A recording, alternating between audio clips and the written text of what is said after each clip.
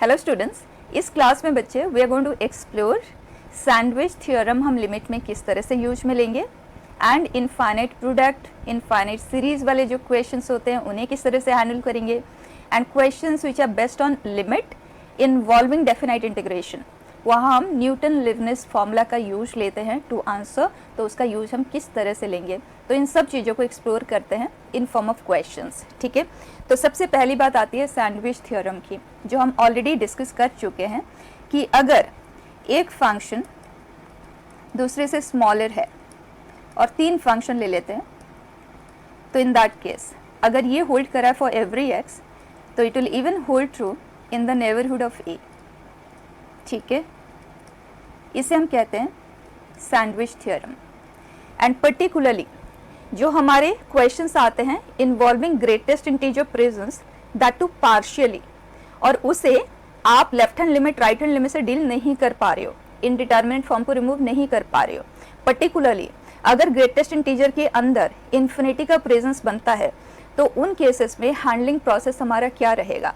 अगर greatest integer के अंदर फाइनाइट वैल्यू आ रहा है तब तो कोई दिक्कत नहीं है, बट अदरवाइज अगर इन्फिनिटी क्रिएट हो रहा होता है तो आपको सैंडविच थ्योरम पे डिपेंडेंट होना पड़ता है। किस तरह से हमें उसे करना होगा वो चीज़ देखें। फर्स्ट क्वेश्चन बेटा, we have x into 3/x का greatest integer value partial greatest integer है, और x टेंस टू 0 पे ये वैल्यू 0 है, ये इन्फिनिटी है, तो greatest integer value of infinity will be infinity only. ठीक, तो एक तरीका इसका आंसर करने का ये है कि हमने पढ़ा है greatest integer of anything is less than equal to that thing but is greater than that thing -1। ठीक है, सो कैन आई से 3/x का जो ग्रेटेस्ट इंटीजर वैल्यू है that is less than equal to 3/x but is greater than 3/x -1 कहा जा सकता है। अब ये x से मल्टीप्लाई हो रहा है, तो अगर हम इसे x से मल्टीप्लाई कर देते हैं, अब ध्यान रखते हुए एक चीज़ का, क्योंकि इनइक्वलिटी को आप इन्वॉल्व कर रहे हो, जिससे आप मल्टीप्लाई कर रहे हो, अगर वो कोई पॉजिटिव क्वांटिटी है तो same inequality sign will remain applicable, मतलब ये चीज़ आप अप्लाई कर सकते हो x टेंस टू 0 प्लस पे। ठीक है, तो हम लिख ही लेते हैं x टेंस टू 0 प्लस के लिए, और साइन रिवर्स हो जाएगा x टेंस टू 0 माइनस के लिए, क्योंकि जैसे आप किसी नेगेटिव नंबर से मल्टीप्लाई करते हो इनइक्वलिटी को तो साइन रिवर्सेस। ठीक, तो x टेंस टू 0 माइनस के लिए ये हो जाएगा। वैसे फ़र्क कोई पड़ना नहीं है, बट स्टिल पहली बार कर रहे हैं तो डिटेल में अच्छे से समझ के करें। डन बेटा, ये है x टेंस टू 0 माइनस के कॉरेस्पॉन्डिंग। अब देख लेते हैं दोनों ही केसेस में हमें x टेंस टू 0 प्लस पे इसका वैल्यू चाहिए, तीनों पे हम लिमिट अप्लाई कर देते हैं। ये तो आ जाएगा फिक्स्ड वैल्यू दैट इज 3, यहाँ पे आ जाते हैं। x टेंस टू 0 प्लस पे x को अगर हम ब्रैकेट के अंदर मल्टीप्लाई करते हैं, x इंटू 3/x वो है 3 माइनस x टेंस टू 0 पे ये 0, तो ये 3 और ये 3, तो ये जो लिमिटिंग वैल्यू है that is sandwiched between 3 and 3, so that itself is 3। ठीक है, तो इसका जो लिमिटिंग वैल्यू है वो 3 है। अब कुछ बच्चों को ये डाउट आ सकता है कि यहाँ तो इक्वलिटी है ही नहीं, क्योंकि हमारे पास इधर ये है और इधर ये है, ये 3 आया, ये 3 आया, तो ये जो कुछ भी वैल्यू है that is greater than 3 but lesser than equal to 3, how is it possible. तो ये वैल्यू एक लिमिटिंग वैल्यू है, अप्रोचिंग वैल्यू है, एग्जैक्ट वैल्यू तो है नहीं, तो वैसे दैट वैल्यू अप्रोच इज 3। ठीक है बेटा, अब अगर हम लेफ्ट हैंड साइड लिमिट देखें, मतलब 0 माइनस की बात करें, तब भी वही चीज़ बनेगा, ये 3 ये 3, so left hand limit and right hand limit both are 3, so limiting value for this question is 3। ठीक है, अब ये तो हो गया इसका प्रॉपर प्रोसेस। जब कुछ भी समझ नहीं आया तो आप इस तरह से इसे अटेम्प्ट कर सकते हैं। सेकेंड थिंग, क्या मैं यहाँ पे ये कह सकती हूँ कि 3/x का ग्रेटेस्ट इंटीजर वैल्यू, क्योंकि ये इनफाइनेटली लार्ज है, तो बच्चा इनफाइनेटली लार्ज वैल्यू का जब आप ग्रेटेस्ट इंटीजर वैल्यू लेते हैं तो इनफाइनेटली लार्ज ये आता है, मतलब x में और ग्रेटेस्ट इंटीजर ऑफ x में ज़्यादा कोई फर्क तो होगा नहीं इन्फिनिटी के कंपेरिजन में, right. So can we say that is approximately equal to x whenever x is approaching infinity, at infinity की बात हो रही है। ठीक है ना, तो इसे मैं लिख सकती हूँ x into 3/x, answer is 3। ठीक है, उसी तरह से log upon x is approaching infinity, फिर से इन्फिनिटी बाय इन्फिनिटी फॉर्म का क्वेश्चन है, लेकिन ग्रेटेस्ट इंटीजर ऑफ x है, तो इसे अब हम हैंडल कैसे करेंगे। तो उसके लिए आपको जैसे अभी मैंने बताया, आप एग्जैक्टली वो काम कर सकते हैं। अब अगर आप एल एच रूल का यूज लेते हैं तो x टेंस टू इन्फिनिटी पे ही आ जाएगा 0। ठीक है ना, और अगर आप सैंडविच थ्योरम से करते हैं, so this value is sandwiched, right. log to the base e is an increasing function. More the value, more will be the outcome. Perfect. अब x इन्फिनिटी है, मतलब पॉजिटिव वैल्यू है, डिवाइड कर देते हैं इनइक्वलिटी साइन को, कोई फर्क नहीं पड़ेगा. अब x टेंस टू इन्फिनिटी तीनों में अप्लाई करेंगे और राइट साइड वाला इवैल्यूएट करेंगे, लेफ्ट साइड वाला करेंगे. इसका वैल्यू हम ऑलरेडी यहाँ इवैल्यूएट कर चुके हैं, that came out to be 0. इसे भी जब आप LHL अप्लाई करेंगे ना, ये भी x टेंस टू इन्फिनिटी पे 0 ही दे रहा है, तो ये वैल्यू 0 एंड 0 के बीच में सैंडविच्ड है, so the value itself is 0. लेकिन जिस तरह से मैंने पहले आपको बताया ना, उसी से करना. नेक्स्ट देखें बेटा, greatest integer of x plus greatest integer of 2x so on greatest integer of nx upon n square.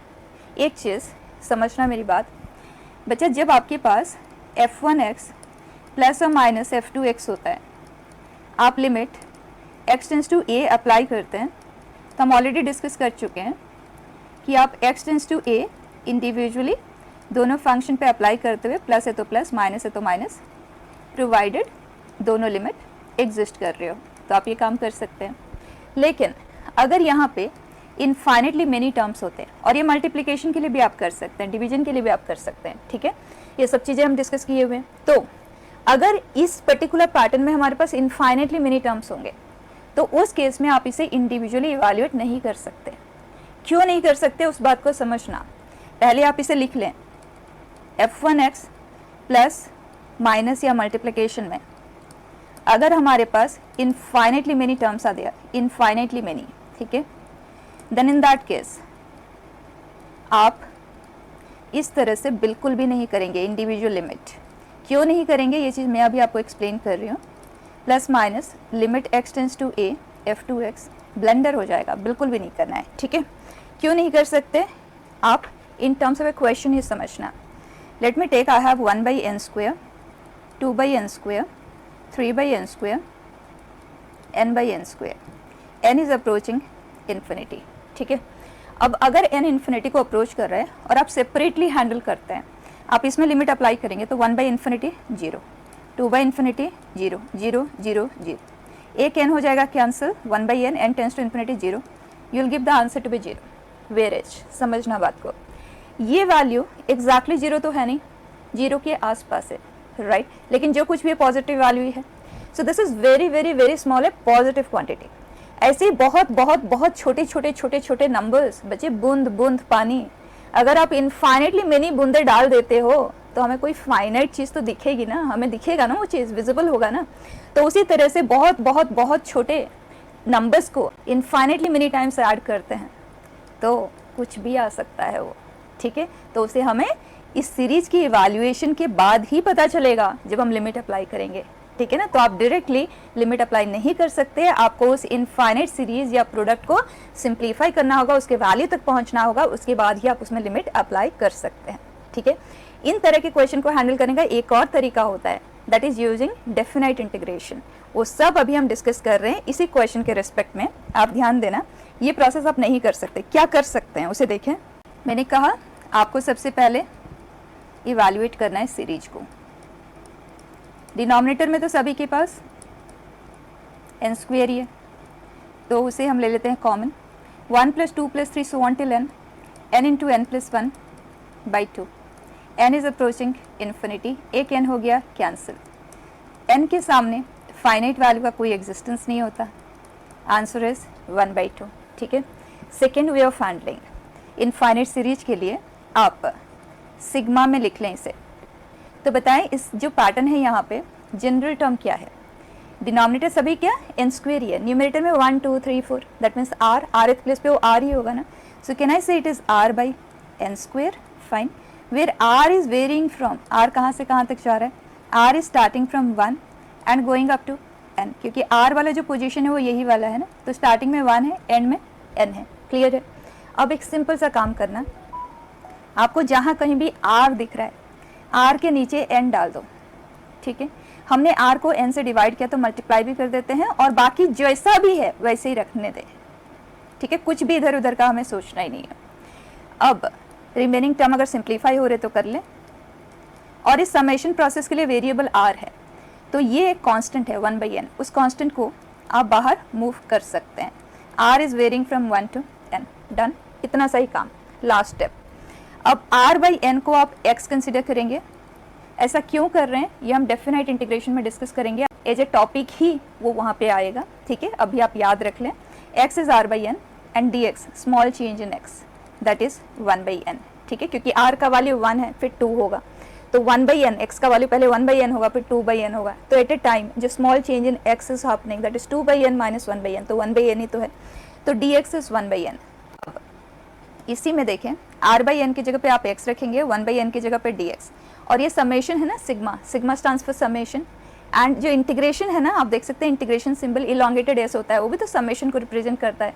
Difference क्या है, ये समेशन डिस्क्रीट वैल्यूज के लिए, मतलब r is 1, r is 2, r is 3, r 0.5 के लिए नहीं है, r 0.6 के लिए नहीं है, लेकिन ये समेशन है कॉन्टिन्यूस समेशन, लोअर लिमिट से अपर लिमिट तक कॉन्टिन्यूएशन में सारी चीज ऐड होता है, राइट, तो वही फर्क है। अब ये जो था हमारे पास समेशन, इसे अब हम कॉन्टिन्यूस समेशन में ट्रांसफॉर्म कर रहे हैं, उसके लिए हमने लिया x टू बी r/n, तो ये हो गया हमारे लिए x, 1/n हो गया dx, ये समेशन कॉन्टिन्यूस समेशन सिंबल से रिप्लेस हो जाएगा, मतलब इंटीग्रेशन सिंबल, और लोअर लिमिट क्या होगा, उसके लिए सिग्मा के लोअर लिमिट पे आए 1 है, हमें x का लोअर लिमिट चाहिए, इंटीग्रेशन वेरिएबल x है ना, तो क्या आएगा, r की जगह पे आप 1 पुट कर दें, n तो इन्फिनिटी है, 1/∞ 0, अपर लिमिट देखें, अपर लिमिट n है, r की जगह पे n पुट करें, n/n दैट इज 1, खत्म हो गया बच्चा, इसका इंटीग्रेशन x²/2 आता है, तो 0 to 1 and that is half, ठीक है।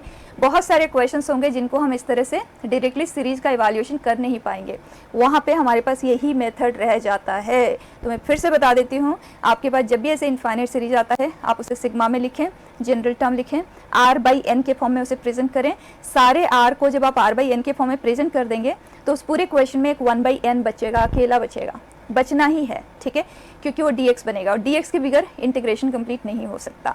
तो अब वो क्वेश्चन इंटीग्रेशन में कन्वर्ट हो जाएगा इन टर्म्स ऑफ वेरिएबल x, ठीक, और लिमिट आप अप्लाई कर दें, इंटीग्रेट कर ले, सिंपल सा इंटीग्रेशन रहेगा। डन बेटा।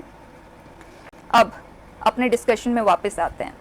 We have infinitely many terms, ठीक है, तो इनफाइनाइटली मेनी टर्म्स पे आप लिमिट डायरेक्टली अप्लाई नहीं करेंगे, आपको उस सीरीज का इवैल्यूएशन करना है, और अगर वो इवैल्यूएशन पॉसिबल नहीं है, ग्रेटेस्ट इंटीजर है तो आप सैंडविच थ्योरम अप्लाई करें, अदरवाइज जो डेफिनाइट इंटीग्रेशन हम करेंगे, यहाँ पे तो वो चीज़ हो ही नहीं सकता, ठीक है। तो और ग्रेटेस्ट इंटीजर का प्रेजेंस है तो इमीडिएटली सैंडविच थ्योरम, हम क्या कहेंगे, greatest integer of anything is fine, and greatest integer of 2x का भी इन्वॉल्वमेंट है बेटा, this is x, 2x minus 1, 3x and so on up to बेटा nx, राइट, nx minus 1, हमें इन सब का सम चाहिए, तो अगर हम इन सबको ऐड कर देते हैं, greatest integer of x so on up to greatest integer of nx that is less than और इक्वल टू, इन सब का सम बेटा, x हम ले लेते हैं कॉमन, रह जाएगा 1 + 2, बच्चा ये 2x है ना, 1 + 2 so on till n, directly लिखते हैं n × n + 1/2, और इस तरफ होगा x + 2x + 3x up to nx, जो कि है x कॉमन लेके n × n + 1/2, and then -1 n times, right, और हमें इस क्वेश्चन को फ्रेम करने के लिए इसको हमें n² से डिवाइड करना है, ये हो गया n² से डिवीजन, ठीक है। अब हमें लिमिट अप्लाई करना है n टेंस टू इन्फिनिटी, तीनों में n इज इन्फिनिटी, ये हो गया limit n tends to infinity. अब सैंडविच थ्योरम मीन्स हमें दोनों तरफ के लिमिट को सॉल्व करना है और वो वैल्यू उन दोनों के बीच में सैंडविच होगा, ठीक है। तो सबसे पहले राइट हैंड साइड पे आ जाएं, एक n को हम कर देते हैं कैंसिल, n के सामने फाइनाइट वाले का एग्जिस्टेंस नहीं होगा, तो हमारे पास है xn/2n, n हो गया cancel, so it is x/2, so right hand side है x/2। अब लेफ्ट हैंड साइड पे आ जाते हैं बच्चा, वी हैव x(n²), मैं सारा ब्रैकेट ओपन कर रही हूँ, प्लस xn -2n, एलसीएम भी ले लिया, डिनोमिनेटर में आ गया 2n², न्यूमरेटर के पास हाईएस्ट डिग्री है n², डिनोमिनेटर में भी n² है, उसका कोएफिशिएंट का रेशियो आंसर आ जाता है इन्फिनिटी के लिए, राइट, और आप ऐसे भी कर सकते हो, ये इग्नोर हो जाएंगे इसके सामने, सो x/2। अब क्योंकि ये लिमिट x/2 एंड x/2 के बीच में सैंडविच्ड है, सो answer for the question is x/2। Process clear है।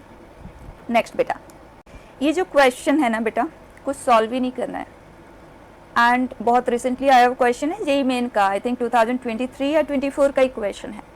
कुछ भी लिखना ही नहीं है आपका, सिर्फ यहाँ पे चेक हो रहा है कैलकुलेशन के जो प्रोसेसेस हैं, जो चीज़ें हैं, क्या वो चीज़ें आपको क्लियर है, बेसिक कैलकुलेशंस। अब समझना बात को बेटा, अगर मैं दो नंबर लेती हूँ जो कि 0 से 1 के बीच में है, लेट मी टेक 0.2 एंड 0.3। अगर आप इन दोनों को मल्टीप्लाई करते हैं तो क्या मिलता है? 0.06। कितना छोटा है? इन दोनों में जो छोटा नंबर है ना, ये उससे भी काफ़ी छोटा है ना। तो अगर मैं इस तरह के नंबर इनफाइनेटली मेनी मल्टीप्लाई करती हूँ, हर बार जब आप एक छोटे नंबर से मल्टीप्लाई करते हो तो जो आउटकम है वो बहुत छोटा हो जाता है। 0 से 1 के बीच के नंबर से जब आप मल्टीप्लाई करते हैं वो बहुत छोटा हो जाता है। तो अगर आप infinitely many such numbers multiply करते हैं तो वैल्यू 0 को अप्रोच करता है। सिंपल कैलकुलेशन प्रोसेस, ठीक है। अब इन नंबर्स को आप ध्यान देना, ये 0 से 1 के बीच में, 0 से 1 के बीच में, तो बिकॉज ऑफ दैट जब आप ये प्रोडक्ट लेंगे this value is going to approach 0। Second way of doing, बच्चा ये बताओ 2 पावर 1/2 माइनस 2 पावर 1/3 एंड ये इन दोनों में बड़ा कौन सा होगा? क्योंकि 1/3 इज लार्जर देन 1/5, तो 2 power 1/3 is larger than 2 power 1/5 and 2 power half से अगर आप लार्जर वाले को सब्ट्रैक्ट करेंगे तो स्मॉलर रह जाएगा, ठीक है। तो ये जो है ये kind of A ascending pattern है, एसेंडिंग फॉर्मेट में है। तो क्या हम ये कह सकते हैं, अगर इस प्रोडक्ट को मैं P कंसिडर करूं तो P इज ग्रेटर देन, जो स्मॉलेस्ट है ना इन सब में, उसी को मैं n टाइम्स कंसिडर कर लेती हूँ। मतलब हर एक की जगह पे उनकी लोवेस्ट पॉसिबिलिटी ये ले लेते हैं। So that will be 2 power 1/2 minus 2 power 1/3 whole power n। n is approaching infinity, ये वैल्यू 0 से 1 के बीच में है, तो ये तो बन जाएगा 0। और अपर साइड में बेटा 2 power 1/2 minus 2 power 1/2n plus 1 whole power n लिख सकती हूँ। अब n टेंस टू इन्फिनिटी पे हमें इसको इवैल्यूएट करना है, तो एक काम करते हैं, n का प्रेजेंस यहाँ पे है ना, तो इसे कॉमन ले लेते हैं। तो क्या आ जाएगा? 2 power half upon 2 power 1/2n plus 1 minus 1, इसे हमने कॉमन लिया है, so that is 2 power 1/2n plus 1 whole power n है। n टेंस टू इन्फिनिटी पे हमारा डिस्कशन होना है, तो इसका पावर n लिख लेते हैं 2 power n upon 2n plus 1 and 2 के पावर में half minus 1/2n plus 1 minus 1 whole power n। n is approaching infinity. अब ध्यान से समझना, ये जो फर्स्ट है, फर्स्ट एक्सप्रेशन n इन्फिनिटी है तो ये तो एग्जिस्ट ही नहीं करेगा, n/2n हाफ है तो ये √2 है, ठीक है। इस पे आ जाएं बचा, n इज अप्रोचिंग इन्फिनिटी, सो ये वाले 0 को अप्रोच कर रहा है। 2 पावर हाफ माइनस 1, तो ये 0 से 1 के बीच में कोई नंबर है एंड उसका पावर जब हम इन्फिनिटी लेंगे 0 से 1 के बीच में, 1 को अप्रोच नहीं कर रहा है, 0 से 1 के बीच में पावर इन्फिनिटी लोगे तो वैल्यू 0 बनेगा, राइट। तो जब दोनों तरफ के वैल्यू 0 आ रहे हैं, P is sandwich between 0 and 0, so outcome is 0। Clear? Next question बेटा, question number 1, 1 plus half plus 1/2 square so on 1/2 power n minus 1 greatest integer के अंदर है, n इज अप्रोचिंग इन्फिनिटी। बच्चे इस क्वेश्चन को देखते ही ना, ये एक GP है ना, तो इसे इनफाइनाइट GP ले लेते हैं और इसका वैल्यू कैलकुलेट कर लेते हैं। सो this is a/1 minus r, so this is 1/2 and that is 2, और कहते हैं ग्रेटेस्ट जो value of 2 is 2, so answer is 2। यहाँ ध्यान देना, ये जो वैल्यू है ये 2 को अप्रोच कर रहा है और उसका ग्रेटेस्ट जो वैल्यू हमें चाहिए, तो ये जानना बहुत ज़रूरी है कि वो 2 माइनस काइंड है या 2 प्लस काइंड है, उसके बगैर तो हम आंसर नहीं कर पाएंगे। तो वो पता कैसे लगेगा? इसके लिए आप हमेशा n टर्म्स का समेशन लें और उसमें लिमिट अप्लाई करें, सब कुछ क्लैरिटी के साथ पता चल जाएगा। तो बताएं, अगर मैं इस GP के समेशन की बात करूँ, इनफाइनाइट GP नहीं, इस particular GP with nth term, that will B a which is 1 minus r power n upon 1 minus r। Perfect. हमें इसका ग्रेटेस्ट जो वैल्यू चाहिए when n is approaching infinity। अब ये है बच्चा हाफ, तो ये हो जाएगा 2 हाफ है ना, तो उसे अगर हम न्यूमरेटर में शिफ्ट करें तो 2 के फॉर्म में, और दोनों के साथ हम मल्टीप्लाई भी कर देते हैं, या आप एज इट इज रहने दो, कोई दिक्कत नहीं है। अब बताएं, अगर n इन्फिनिटी को अप्रोच कर रहा है तो ये वैल्यू इन्फिनिटी को अप्रोच करेगा, ये 0 को अप्रोच करेगा, लेकिन रहेगा कैसा? 0 प्लस ही तो रहेगा। तो 1 minus very very very small some number, तो ये होगा 0.99999 काइंड ऑफ नंबर। 2 टाइम्स अगर हम उसे करेंगे, जैसे 1 माइनस एच को अगर आप 2 टाइम्स करते हैं तो 2 minus 2h, 2h is negligibly small, तो हम उसे h ही कंसिडर कर लेते हैं। उसका ग्रेटेस्ट वैल्यू क्या हो जाएगा? 1 इट इज। क्लियर है ना, कोई गलती नहीं करेंगे बेटा। नेक्स्ट देखें, इनफाइनाइट सीरीज के ऊपर बेस्ट है। अगर आप इस सीरीज को इवैल्यूएट कर सकते हैं बहुत अच्छा, फिर आपको डेफिनेट इंटीग्रेशन के बारे में सोचना नहीं पड़ेगा, यहाँ पे तो हम कर सकते हैं। हर एक इवन नंबर है, हर इवन नंबर के पास एक 2 होता है, उसे हम ले लेते हैं कॉमन, तो ये रह जाता है। एंड डिनोमिनेटर में है n square and sum of first and natural number n into n plus 1/2, ये 2 को कर देते हैं कैंसिल, एक n हो गया कैंसिल, ये नॉन एग्जिस्टिंग रहेगा, n इन्फिनिटी को अप्रोच कर रहा है, सो n/n दैट इज़ 1। ठीक, तो S1 के कॉरेस्पॉन्डिंग जो हमें लिमिट गिवन है वैल्यू इज 1। S2 के कॉरेस्पॉन्डिंग, इतने हाई पावर के कॉरेस्पॉन्डिंग तो हमें सीरीज इवैल्यूएट करना नहीं आता।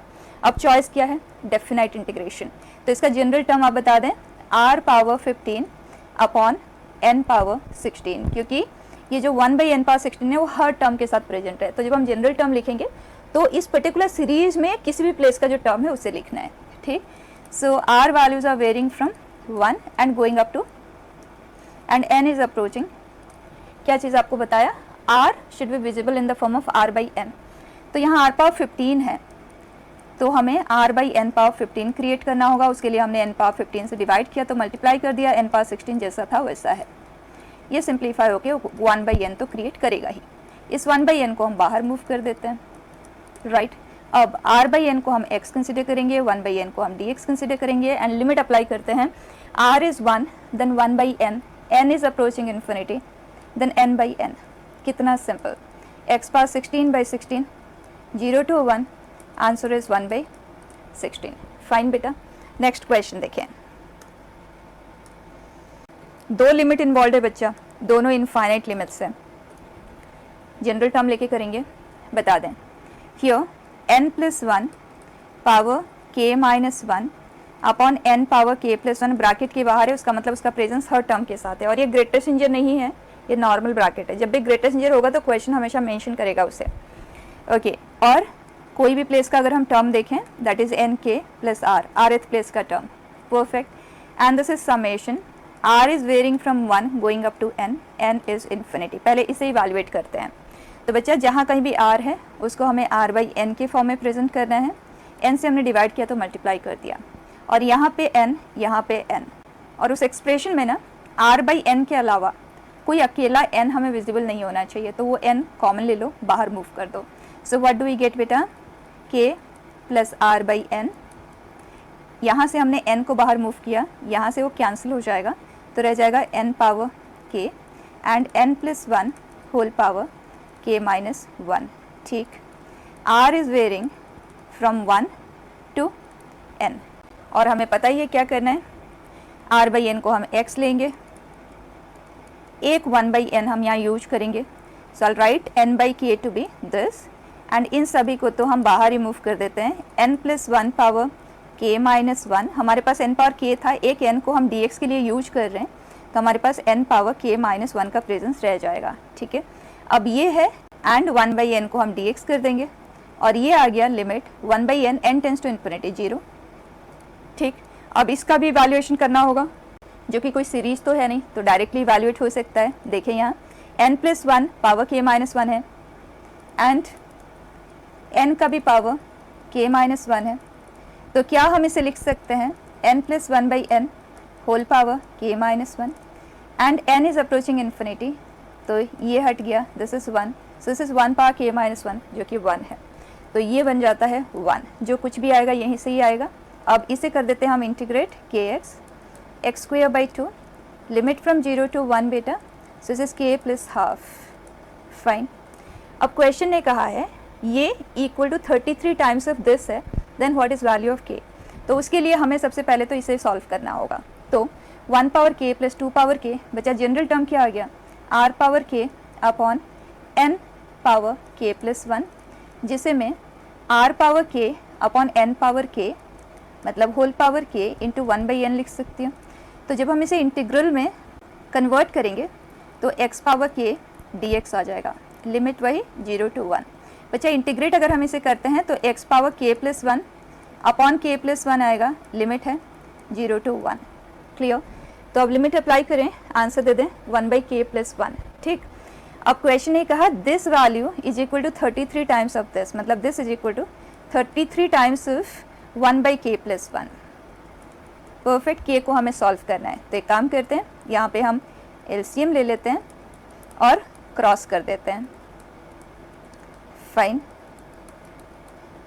सो what do we get, 2k² + 3k, multiply भी कर रही हूँ साथ में, इज इक्वल टू 66 बेटा। So 2k² + 3k - 65 is equal to 0।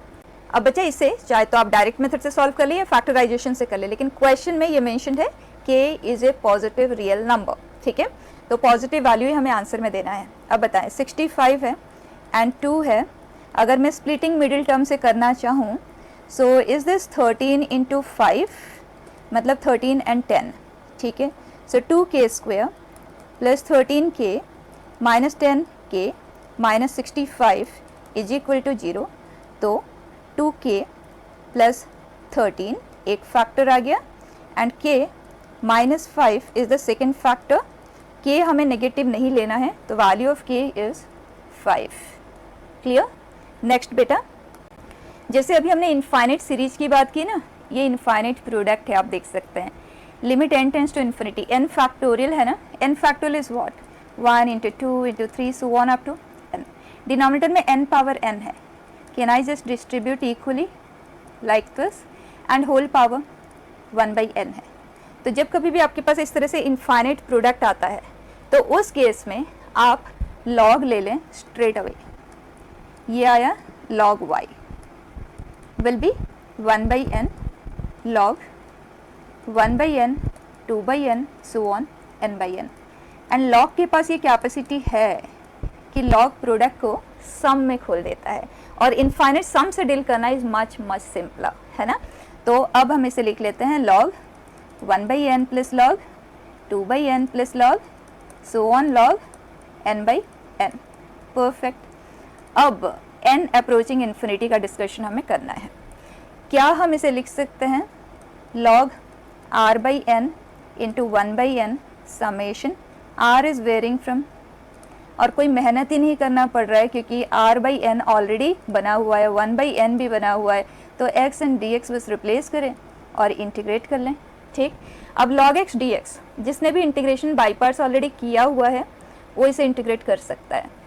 Otherwise जिन्होंने इंटीग्रेशन अभी तक बिल्कुल भी नहीं किया है, आप पूरी बिल्कुल भी ना करें, इस क्वेश्चन को आप यहीं पे छोड़ दें, और जब आपका इंटीग्रेशन कंप्लीट हो जाएगा उसके बाद इस स्टेप को आप इजीली कंप्लीट कर सकते हैं। ठीक है, अब मुझे log x का इंटीग्रल, क्योंकि I always suggest log x dx आपको याद होना चाहिए, तो मुझे याद है, so let me just complete it. क्या आ जाता है इसका integral, x log x minus x 0 to 1। अब लिमिट अप्लाई करते हैं बेटा, अपर लिमिट के लिए क्या आ जाएगा 1 log 1 माइनस 1, तो 1 log 1 is 0, so -1 minus lower limit apply करेंगे, एंड log 0 तो अनडिफाइंड होता है, तो उन केसेस में जब किसी भी एक लिमिट पे वो डिफाइंड नहीं होता, तो उस केस में जैसे लोअर लिमिट पे डिफाइंड नहीं है तो आप 0+ से बिगिन करें। जैसे अगर लोअर लिमिट a है, exactly at a it is not defined, तो आप a+ से बिगिन करें। ठीक है, अगर अपर लिमिट पे लिए वो अनडिफाइंड है तो आप b- तक जाएं। ठीक है, b से पहले ही क्लोज कर दें। क्लियर है, तो आप चेक करें, जब हम लोअर लिमिट अप्लाई करेंगे मतलब 0+ अप्लाई करेंगे तो ये 0 होगा, लेकिन ये इन्फिनिटी होगा, माइनस इन्फिनिटी है लेकिन 0 × इन्फिनिटी फॉर्म तो क्रिएट कर रहा है ना, तो एक इनडिटर्मिनेट फॉर्म है, तो उसको हम लिमिट की तरह डील करेंगे। ठीक है, और इसका जो दूसरा वैल्यू है इसे हम कैलकुलेट करेंगे, मैं उसे अभी के लिए कुछ नाम दे देती हूँ, एल नाम दे देती हूँ, लिमिट का वैल्यू। ठीक है, एंड जब आप 0 यहाँ पे पुट करेंगे that comes out to be 0, तो हमारा आंसर आएगा -1 - l। ठीक, अब बस हमें x log x limit x tends to 0+ calculate करना है, तो उसके लिए log x हम यहाँ रखेंगे 1/x, यहाँ LH रूल अप्लाई करेंगे एंड ओवर, ये ऑलरेडी हम कर भी चुके हैं, x टेंड्स टू 0 पे ये 0 है, तो ये वैल्यू आ गया 0, आंसर इज -1। तो बच्चा log x dx 0 to 1 की काफ़ी आपको ज़रूरत पड़ जाती है, 0 से 1 के लिए पर्टिकुलरली, आप इसे एज ए स्टैंडर्ड केस याद ही रख लें।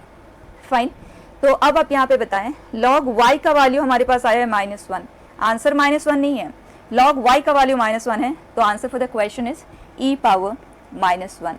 फाइन, नेक्स्ट देखें बेटा 6 tan inverse inverse trigonometric function, उसकी सीरीज को हैंडल करना आता है, क्या प्रोसेस होता है, सिर्फ इस पे ध्यान देंगे, ठीक है। ये आते ही बाकी तो हम इमीडिएटली कैलकुलेट कर सकते हैं।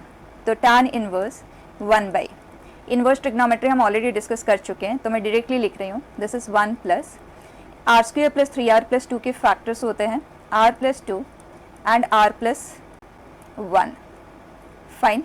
और इसे हम लिख सकते हैं tan inverse of r plus 2 minus r plus 1 upon 1 plus r plus 2 into r plus 1, जो कि tan inverse of r plus 2 minus tan inverse of r plus 1 बन जाता है, ठीक है। अब हम, क्योंकि cancellation is the only choice inverse trigonometric series के लिए, और वही हम कर रहे हैं। So r is 1, what do we get, tan inverse of 3 minus tan inverse of 2, then tan inverse of 4 minus tan inverse of 3, continued है बेटा n तक।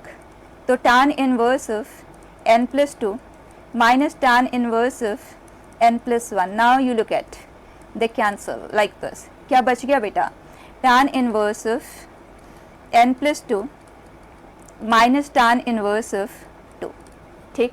अब इसे हम लिख सकते हैं tan inverse of x minus y n plus 2 minus 2 upon 1 plus 2 into n plus 2, fine. और अगर आप इसे देखें n टेंस टू इन्फिनिटी के लिए ये हमें वैल्यू देता है, क्योंकि ये फाइनाइट है, ये फाइनाइट इग्नोर हो जाएगा, ये आता है 1/2। So our question is 6 tan inverse of 1/2, tan of tan inverse of x is x, so it is 3, simple।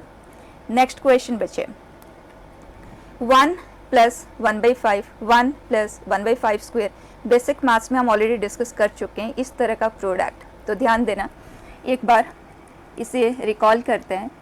अगर हमें इस तरह के प्रोडक्ट से डील करना पड़े, x पावर 4, आप देख सकते हैं 2 power 0, 2 power 1, 2 power 2, next term will be like this, ठीक है। अगर मैं इतने से ही टर्म्स लेती हूँ तो इसे हम इवैल्यूएट कैसे करते हैं, जो सबसे छोटा पावर है ना उसके कॉरेस्पॉन्डिंग नेगेटिव साइन वाला फैक्टर आप यूज करेंगे। इससे ये दोनों कंबाइन होके 1 माइनस एक्स स्क्वेयर क्रिएट करेंगे, और 1 माइनस एक्स स्क्वेयर इसके साथ कंबाइन होके 1 माइनस एक्स पावर 4 क्रिएट करेगा, और ये इसके साथ कंबाइन होके 1 माइनस एक्स पावर 8, और ये इसके साथ कंबाइन होके 1 माइनस एक्स पावर 16। तो ओवरऑल हमारा आंसर आ जाता है 1 minus x power 16 upon 1 minus x, simple. तो इस पैटर्न का आंसर आप कैसे लिखते हैं, ध्यान देना। इसे अगर मैं x कंसिडर करूँ ना 1/5 को, so what I have is 1 plus x, so on 1 plus x power 2 power n, ठीक। तो आपको देखना है सबसे बड़ा पावर जहाँ पे है ना उस टर्म पे आ जाना है, 1 माइनस करना है और इसका स्क्वायर कर देना है, तो x पावर 2 पावर n का स्क्वायर, ऐसे लिख लो, कोई प्रॉब्लम नहीं है, बस इसे डिवाइड कर देना 1 माइनस एक्स से, ये आ जाता है आंसर, ठीक। अब इनफाइनाइट प्रोडक्ट है तो वैल्यू लेके आप लिमिट अप्लाई करेंगे। Now limit n is approaching infinity. अब जो x है हमारे लिए वो 0 से 1 के बीच में है, तो अगर x 0 से 1 के बीच में है, उसका पावर आप इन्फिनिटी लेते हैं तो वैल्यू 0 बन जाता है, तो ये हो गया 0। So answer for the question is 1 upon 1 minus 1/5, what do we get बेटा, 5/4, clear. The next was definite integration के प्रेजेंस से जब लिमिट का क्वेश्चन बनता है, तो यहाँ पे देखना बच्चा, जो इंटीग्रेशन है ना उसके लिए वेरिएबल t है ना, इंटीग्रेशन वेरिएबल क्या है, t है। तो इंटीग्रेशन में t is the variable, t के अलावा बाकी सब कांस्टेंट है, तो x³ को आप इंटीग्रेशन प्रोसेस से बाहर मूव कर दें। और इस तरह के क्वेश्चन में मोस्टली वो इस तरह का फंक्शन देते हैं जो नॉन इंटीग्रेबल होता है, आप उसे इंटीग्रेट करते हुए सॉल्व नहीं कर सकते। अब आपके पास चॉइस क्या है, सबसे पहले आप इंडिटर्मिनेट फॉर्म चेक कर लें, x जब 0 को अप्रोच करेगा तो ये 0, दोनों लिमिट जब 0 आ जाता है तो वैल्यू 0 बन जाता है, डिनोमिनेटर 0 है, 0/0 फॉर्म है, तो यहाँ पे आप LH रूल से ही प्रोसीड करेंगे, ठीक है। और LH रूल के लिए हमें इससे तो डिफ्रेंशिएट करना होगा, इससे भी डिफ्रेंशिएट करना होगा, तो डिनोमिनेटर का डिफ्रेंशिएशन में हमें कोई दिक्कत नहीं है। प्रॉब्लम कहाँ है, यहाँ पे, तो इसे आप याद रख लें, डेफिनाइट इंटीग्रेशन में हम इसे प्रूफ करेंगे। अगर आपके पास कोई ऐसा फंक्शन है, इंटीग्रल है, और आप उसे डिफ्रेंशिएट करते हैं, तो simple differentiate the upper limit का derivative and multiply it with upper limit in place of the variable in the function, जिसे आप इंटीग्रेट कर रहे हो, जिसे हम इंटीग्रांड कहते हैं, उसमें x की जगह पे आप अपर लिमिट पुट कर दें, minus differentiation of the lower limit को डिफ्रेंशिएट करें and lower limit in place of the variable in the function. Simple सा रूल है, इजीली याद रखा जा सकता है, इजीली अप्लाई भी किया जा सकता है, ठीक है। तो अगर हम इस क्वेश्चन को पहले सॉल्व कर लेते हैं यूजिंग दिस, तो बताएं derivative of the upper limit 1, upper limit in place of the variable t है, t की जगह पे x पुट करेंगे, minus differentiate the lower limit which is 0 multiplied with anything is 0। अब ये रह गया sin x square upon 3x square, x is approaching 0, तो 0/0 फॉर्म है और ये स्टैंडर्ड लिमिट है sin t/t, t tends to 0, so answer आ गया 1/3, ठीक है। एक क्वेश्चन आप इसका करके देखें, अगर आपसे कहा जाए sin क्यूब 2x प्लस 1 या 2t कर दो, कोई भी वेरिएबल का नाम कुछ भी हो सकता है, 2t plus t cube dt, limits of integration we have x square और हमें इसे करना है डिफ्रेंशिएट। क्या कहेंगे बेटा? Differentiate the upper limit in place of the variable in the function, तो क्या आ गया sin क्यूब 2x स्क्वेयर का क्यूब, ठीक है, then minus differentiation of the lower limit in place of the variable in the function. Fine बेटा, हो गया काम खत्म। और इसके हेल्प से बच्चे हमें डिफरेंट सेक्शन में क्वेश्चंस मिलेंगे, एओडी पे भी क्वेश्चंस होंगे, मैक्सिमा मिनिमा उस फाइंडिंग पे, इंक्रीजिंग डिक्रीजिंग नेचर पे भी क्वेश्चंस होंगे एंड लिमिट पे भी क्वेश्चन होंगे, वेरी वेरी इंपॉर्टेंट, ठीक है, remember this. So that's it बेटा, we are closing this here.